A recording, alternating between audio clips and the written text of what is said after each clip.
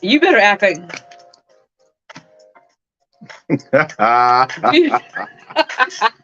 Do your dance. Do your dance, Aaron. Okay, well, So fired. okay, no, I was getting jiggy with it. Excuse me. I feel sorry for Leah. Leah's his wife. So, That wasn't jiggy. the podcast. We don't have a name yet. The podcast that shall not be named is the name. No, it's not. It is. We don't have a name yet, but we're No. moving on. It's the name of the podcast. Look at the flyer. That shall not Look be named. at the flyer. The flyer says what it is. Okay, don't try to change the name, but it's right there on the flyer. That's the name. And by the way, I am your host, Aaron Boyce, I am Aaron's boss, Tom Mack. and I'm not gonna disagree. So, but but I wanted to do a couple of things before we continue with our next two fabulous guests. One is Diamonds and Pearls, and I did not sing. Thank you. Ms. Vaughn, her phone number is 469-882-8244. That's 469-882-8244. So You should that let me is do that. Why couldn't I be the voiceover person for the? going. Okay, Mm-hmm. ladies and gentlemen, I encourage you to visit Diamonds and Pearls, located at 2251 Florin Road. Diamonds and pearls. See, he's just Okay. mad because he should have let me do it in the first place. Now, moving on. This podcast presented by Flower Square Community Development Corporation, otherwise known as FSCDC. And we follow what's called the BEACH model: business, education, art and culture, community enrichment, and health and wellness. In that regard, we have 5 events coming up at Flower Square or in Flower Square or something about Flower Square. March 23rd is our Home Buyers Assistance Expo. Tanya, if you're looking for a home and know somebody who is, you let them come here. We can have a whole mess of folk talking to you about buying a home, buying a second home, buying a third home, getting credit to buy the home, getting insurance, all that kind of stuff is going to be right there at the Home Buyers Assistance Expo. So second one, we know what we're doing. Next, on May 15th, we have the Job Information and Research. Well, Tanya, if you know anybody who's looking for a job, Why don't you talk to them? wait. Why does he keep saying Wait. my name? Tanya, if you know somebody who got their hand out way too many times, Like, send them to the Job Information and Research Fair on May 15th. are you going to be there? I will be there. Because you're. Oh, okay, sorry. Keep going. Okay, fine. That was humor and not very good. So next, we have the Youth Entrepreneurs That was funny. and That was Life funny. Skills Symposium. I've been told I gotta look at the camera more. Yeah. I'm looking down. And stop tapping the table. And stop tapping the table. Okay. So, and that's gonna be on May the 18th. And that is if you got young people who are looking to make their own money, they don't want McDonald's or Burger King or Starbucks or Walmart. They can make their own dime by coming to the Youth Entrepreneurs and Life Skills Symposium. Then our 4th annual Small Business Success Summit. OMG, we have all sorts of folk up in here talking and helping people about being in business the successful way. Because everybody got a dream, but sometimes that dream don't work out. You know, I can cook, but it don't mean I don't know how to open a restaurant. No. And yet, if you can cook and you want to open up a restaurant, then you come to the Small Business Success Summit, and that's going to be on July 27th. And then there's this thing called life. And we all want to live life, but we don't do it well because we eat too much fat and too much bad food because it tastes good. All right. And so we're trying to flip the script on that. We have this thing called the Pastor Boyce. I can't even. well, like I'm he just trying- went to church. I'm trying to tell people about Aaron, he just went to church Okay, on the whole flyer. Sorry. That's why I need to do the announcements from now on. Okay. I think so. Can the Church of Tanya Mack say amen? Can you say the Holistic Health and Wellness Fair? Go on. I don't want to now because you tried to make me. Go ahead, finish. Holistic Health and Wellness Fair. Pastor. And that's going to be on October 26th. Well, because I know, well, first of all, I'm diabetic, right? I go there on every African marketplace and they got all these delicious food. I ask them, I go, how much of that is sugar-free? Not a single bit. Right. Not a single bit. Ask them how much you got sugar. They go, oh my God, this much sugar. How much grease? That much grease. Come on now. So if you want life, you come to holistic wellness, whatever that's called. Holistic health and wellness. You got me all rattled now. You're super passionate. Rattled. Well, I am. Pastor Boyce. It's good stuff. Hey, we bring it to the community for a reason. Yes, we do. Now, saying all that, Can I have a look? our number is 916-215-1831. I'm sure it's on the screen. Or ab.fscdc@yahoo.com. Yahoo. Go ahead, take them to church. Okay, fine. No. Church is over because we're about to go to church on some other things really soon. I know we are. Really soon because we got some important stuff. But before you get to, I'm gonna say before you get to the important stuff, that's not right. Tanya, can you please share something? You see what I mean? What? It was a bad segue. Okay, it was a sucky segue. It was a sucky segue. But what? So, Tanya, would you like to share anything that you might be doing before we get to the important stuff? Oh, that felt like shade. Like that was hella shady boots right there. But I didn't mean it. Yes, you did. But please, share. I don't want to now because of the way you did your little sucky intro. Okay, but I might have something to say. Okay.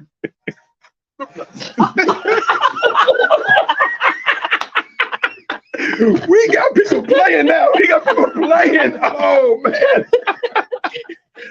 We have officially fired our executive producer. Okay. Okay. Can you please? I'm gonna wait until our distinguished guests have had their say, and then I'm gonna wrap it up. But no. Okay. I don't want to do it now. I want to wait till after we talk to our fabulous guests. You want to do it now? No. Okay, fine. Because your segue sucked, and I need to go to marinate in my fabulosity, so that I then can wrap the show up with all my good vibes and good energy. So now, can I seriously get serious for the moment? No. Well, I am. Yes. Well, I am. Okay, here we go. Because here at Florence Square, we celebrate the authenticity of our Blackness. Amen. Mm-hmm. That's right. And we do it when you walk in the building. It's all through the building, and we have a 4,000 square foot museum, the Sojourner Truth African Heritage Museum, and that celebrates it. We have a new area called the Digital Cafe and Lounge, and where you see the walls, you see the names of African American folk with disabilities who have been so successful, and that celebrates it. And when you see the walls of the building, you see nothing but the celebration. Now, part of that celebration is some pain, right? But I'm told, and I don't know how true it is, but it seems to be true, that you can't feel the greatness of the good without experiencing some of the evil of the bad. And if that's the case, we can feel some greatness of the good, can't we? Now, I want to talk to you about slavery, or the end of slavery. We's free. Oh yeah, it felt good, I'm sure. We's free. And there were certain promises that was given to us. Traditionally, they call it 40 acres and a mule. But what they were saying, you were just, we weren't serious. But the people who they were talking to was deadly serious. And today, we're still waiting for that. Now, our shopper said, and I can't say it verbatim, but he said something about a debt unpaid is still a debt. You know, you can't be like, the statute of limitation ran off on that. And I'm not going to talk about other ethnicities, if that's a word, who have been horrifically wronged by the United States and the companies and the businesses within the United States, and they receive something. You may not want to call it reparations, but whatever it is, they got it. But no, slavery, we can't talk about because now we're relying on our crutches now. You're like, oh, that's so long ago. Stop using it as a crutch. But ladies and gentlemen, a debt that has not been paid still has to be paid. And I got two wonderful people who are going to be talking about paying that debt. And yes, I do feel that. And I want to talk to these folks who don't understand that's not about a crutch. It's about business. And when you're dealing with business, you got to pay your debts. And so, America, you got to pay your debts. And I have Miss Zion Tedeschi. Yes. And Mr. Chris Lotson. Yes. And they are here to speak to us about reparations and what California is doing in that regard. And Tanya, I'm so glad that they are here. I'm going to give them just a little hand clap, if that's okay. Thank you. Thank you. Myself, I think. So, can you guys fill me in? Maybe start with maybe a historical thing. Maybe I missed something. You want to fill something in? Let's start there. Okay, so for me, like you were saying, reparation is everything. Repairing the damage that has done to the African American community from generation to generation to generation where we are right now. So it's about time. So this makes sense because right now what we're trying to do is really reach out to the people from the grassroots instead of from the top. So create a program with the city that really represents our community, whether it's business, whether it's nonprofit, whether our education, whether it's healthcare or housing, everything that has been taken away from African American community now regenerating it and putting it back into our community so our youth can thrive and also create generational wealth like every other people came as immigrant here and created that generational wealth for themselves and for their family and for the community. So I believe this will give us a chance now to create that generational wealth that was part of our African American community. Now, through reparation, we can rebuild our community, Black community, through reparation. So that's what we signed up for. We're going to work with the city right now with the program. They're still trying to create a program, so they want to hear it from the African American community, starting here in Sacramento. What is it reparation means to you, to the family, to your community? And then how would you like it to be created as a program according to, like, some people want some land, some people want housing, some people house businesses to be funded. So that's what we're working on. So this is just a beginning, but it's a good beginning. So Chris, this whole movement started statewide and then filtered into the cities and then the communities, and is that where you and Ms. Zion are working in the cities and the communities? It's kind of like town hall meetings.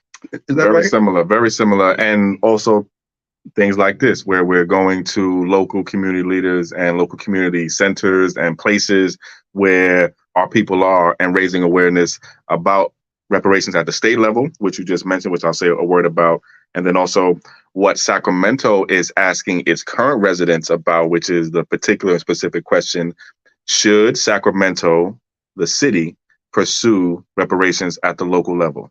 That is a question that the mayor's office has asked a lot of us to ask our community members to weigh in on. And there's a survey right now that we're asked to help raise awareness about and do some outreach for. You can reach the survey on one of these cards, of course, but at www.sacrepsurvey.com, www.sacrepsurvey.com. repsurvey.com. You can take the survey right there. It's less than 5 minutes, and it will help you answer the questions that the city is asking, specifically about whether or not Sacramento should pursue reparations at the local level. Is this survey anonymous, or do you put your name and phone number and all your contact? It is an anonymous survey, if I'm not mistaken. So it is an anonymous survey. We do ask in the survey about whether or not you are a Sacramento resident or not, because we are focused on Sacramento residents. Folks who are outside of the city of Sacramento could take the survey, but we're really focused on city of Sacramento residents right now. Yeah. So do me a favor, speaking to your mic, because I keep hearing that going in and out, and I don't know if that's the case. I'll bring it closer. Okay, yeah. 1 2 1 2.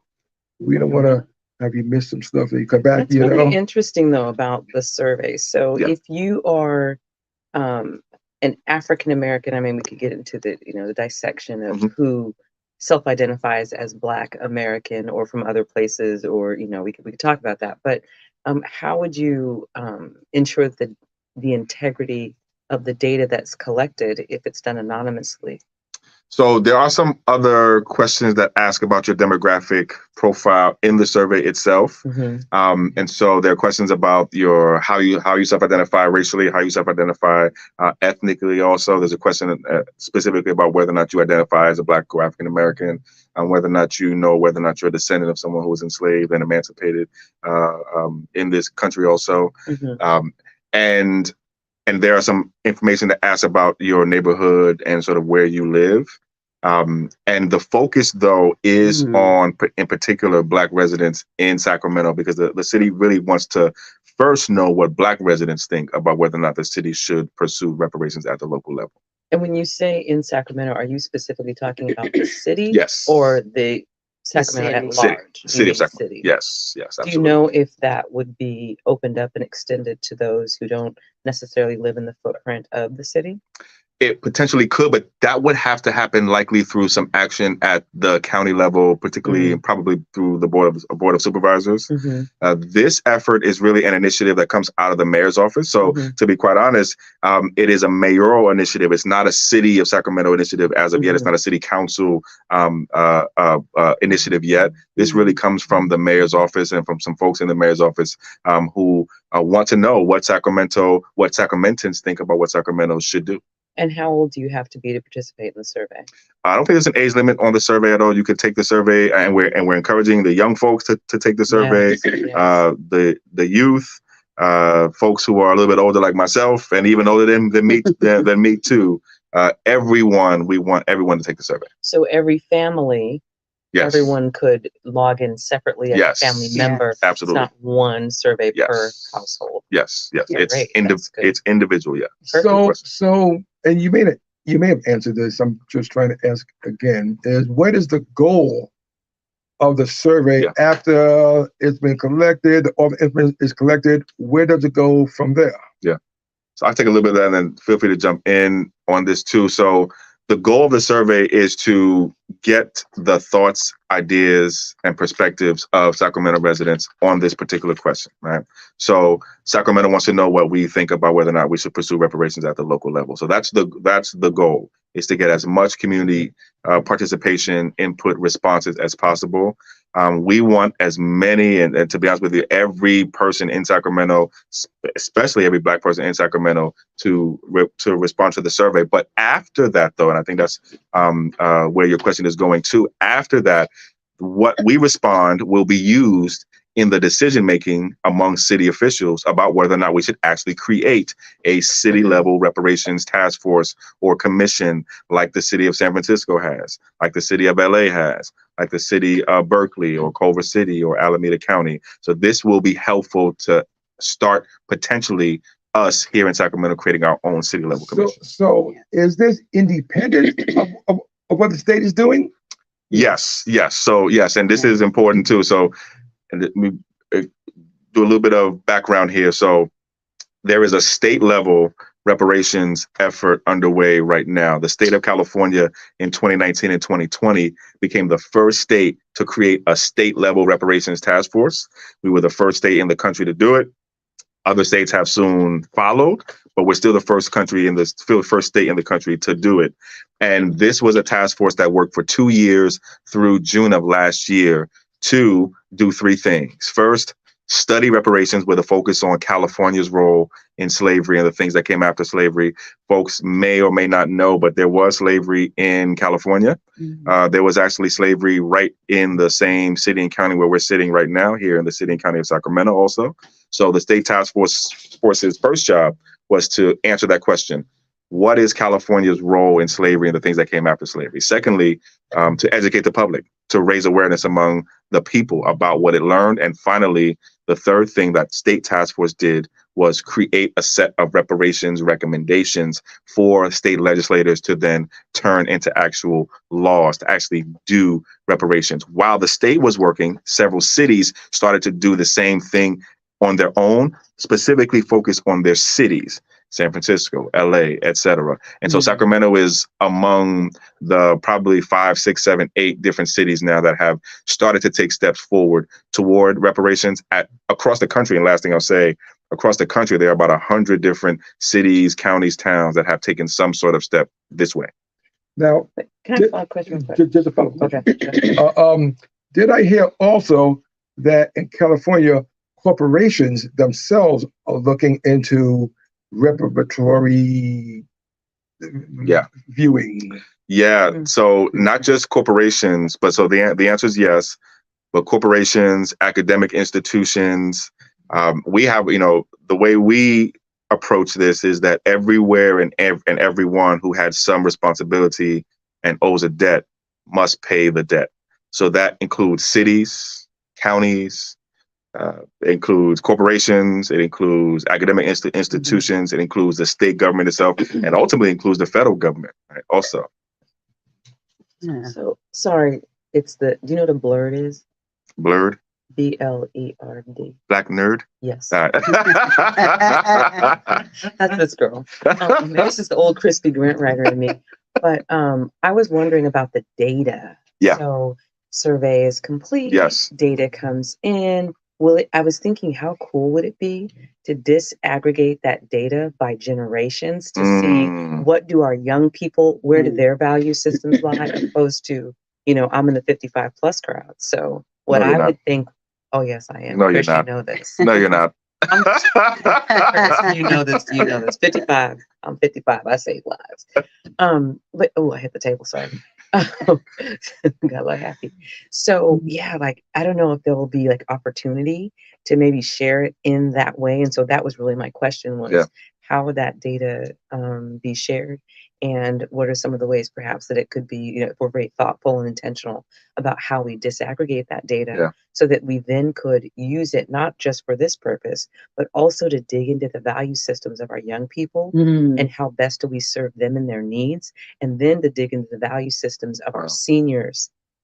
What are we missing? Where can we support them better?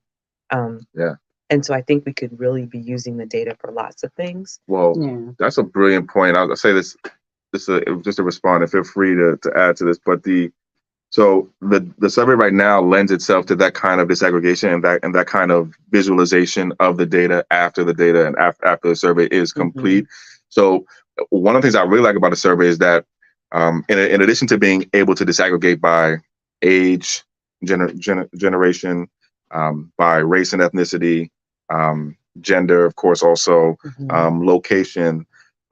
The survey actually also allows us to disaggregate by lineage also, right? So we also ask folks, do you know if you are a descendant of someone who's enslaved in this country too? And I think it would be great if after the survey's done, we can see publicly all of the disaggregated data and all of the breakdown in some sort of really easily digestible, understandable visualization that the public can see, the public can access, lives in the public. It's not so like the property of the city it's public data. Yeah.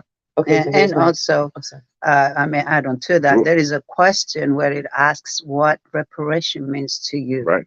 So that will, for the younger generation is different, for the middle age is different, for the elderly is different. So that question will really kind of detect what it means to for everyone individual, what Mhm. reparation means to them. That's why like we can't just say, oh, give us money. They're not gonna do that. But this is what it means to me for the young people. It could be buying some clothes, branding clothes or school, whatever it is. For us middle-aged people, maybe people want maybe funds for the businesses, for the nonprofit to build a community for the elderly. It could be healthcare. Do you see what I mean? So everybody has their needs and wants. So that's the whole point. So we can actually help them create a program that really means for our community. So I think that questions will answer it. Okay, sorry. Really quickly, this is my last little because don't give me the signal. No. There was a question that I want to answer that was directly, but But go can't I on. finish my follow-up? That's why I backed away. Back away, Back brother. away. All right. Okay, so here's the next thing I was thinking. If it was my Christmas list, this is what I would want. I would want that disaggregated data to inform strategic planning at the city level. Yeah. Yes. So again, Yeah. I'm back to that again. But I just feel like, you know, when you don't know, you don't know. Yeah. When you do know, you do better. So even I if like we that. are still working towards reparations, that data tells us right now, real time, where people are, what they're thinking, what Yeah. they need. And kudos to the office of the mayor and however this happened. Yeah. Mm. But that now Yes. means that we've given you a nugget, something to carry forward Yeah. that you can start Mhm. working with now, because now you know. Right. Yeah. No, that's an important point. If I could just say real quick, that's an important point. To be honest, the data that's being collected now is useful not just for the reparations work, not just to Mhm. inform whether or Yeah. not we create a city level commission task force, et cetera, but it is also insight and even Yes. a snapshot into the lived experience and condition of our folks right now. Right now. Mhm. And that's useful Yep. right Yep. now. And I wanted to say too Yep. that it's important. I think that the approach that the city's taking is important here too. And I said this before, but a lot of times they will tell us what they're gonna do, and they ask us how we think or we feel about it. Mhm. When they're already gonna do it, or when they're trying to do it. Mhm. This is a different approach. This is, you tell us what you want. Do you even want a city level commission? Do you even want us? Do you even want us to do this? And what do you want us to do? And then, so tell us. So you as a community, you tell us what you want. And you tell us how. I like that. Yeah. I think for the first time, I think even asking the community what they want. That's what the blues. I thought he was like reaching out to the ancestors, like, give me wisdom. I was Mhm. trying to shoo away the blues. He was in hell. ushering in the wisdom of Okay. our ancestors so that he could sound smart when he asked his question. Well, I got a question for Ms. Zion Who here. is smart? And that is that, you know, I hear two things, and everybody loves to argue about these two things. Well, how much should we give for reparations? Is it $17 billion per person? You know, and With a T. how shall we spend it, right? You know, do we just give that to each person so they can spend it on whatever, or do we put it in education or housing or that type of thing, right? To me, that is a distraction to what we're trying to do here. To me, we're not worried about how much and where it's going to go. Let's at least get let's get it. And so I wanted to ask you, Zion, what is your feeling about how much and where we're going to spend it versus let's just make it happen? So what it is really, so at the city level, it's different amount because we only have $1.5 billion budget at the city level. And then when you go to the state level, we have what, $311 billion? $250 billion, yeah. Yeah, we have around $311 billion budget. So it depends on what we're asking. And then we're going to the federal level. Now we're asking trillion. Because I'm thinking if American can print out for war, they can print out at the federal level that for the African Americans who paid for it with their blood and sweat for 400 years. If their kids are not eating, you see what I mean? I'm immigrant. So I'm coming here to take advantage like every other immigrant. But what about the people who were here for 400 years and paid for it? Their ancestors are left behind. That's what I see. me as an immigrant person. Yeah. So when African American benefit thrive, the whole Black community thrive. So, Right. but that was been taken from us. For me, when it was due, when civil rights movement passed, that was the time that reparation was due, because our people paid for it. Like I was saying, that's 400 years of their blood and sweat that they paid for this country. So where is it? Where is it? So instead of letting our people just go, here you go, now you're taking us back into the prison system so you can make money off us again and again. That type of cycle that was done to our community. That's why I don't like people saying, "Oh, it's the same. We are in the same level." No, you had 400 years ahead. Yeah. Now we're starting barely 50, even still with the systemic racism. They still have blocked, so we do not succeed. So this would give us an opportunity really to create economy for our Black community, which everybody has, but I don't feel like we have really strong economy as Black community here in the United States. So starting with Sacramento is a good start. So this is good stuff. We definitely want you to come back on, because as we progress in this, we want to hear more and more and more. However, I know that